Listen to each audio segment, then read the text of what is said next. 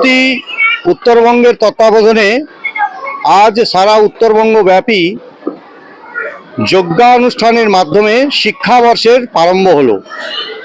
অর্থাৎ 2025 শিক্ষাবর্ষের আমরা বিদ্যার্থীদের বিদ্যার্থী ব্রতী পালন করে তারা আজ পাঠদান কার্যে অংশগ্রহণ করবে এবং তাদের ফেলে যাওয়া বছরের যে বিষয়গুলি তারা ঠিকঠাকভাবে করতে পারেনি, ব্যর্থ হয়েছিল, সেই বিষয়ে সংকল্প গ্রহণ করবে।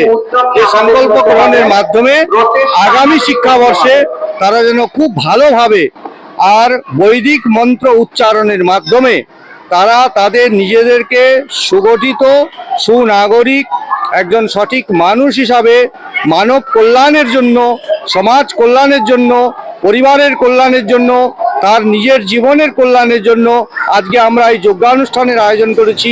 এই যজ্ঞানুষ্ঠানের মাধ্যমেই আমরা সমাজ তথা দেশ এবং রাষ্ট্রের কল্যাণ করতে পারবো। এই ধরনের প্রতিজ্ঞা এবং সংকল্প আজকে এই যজ্ঞানুষ্ঠানের মাধ্যমে গ্রহণ করা হলো।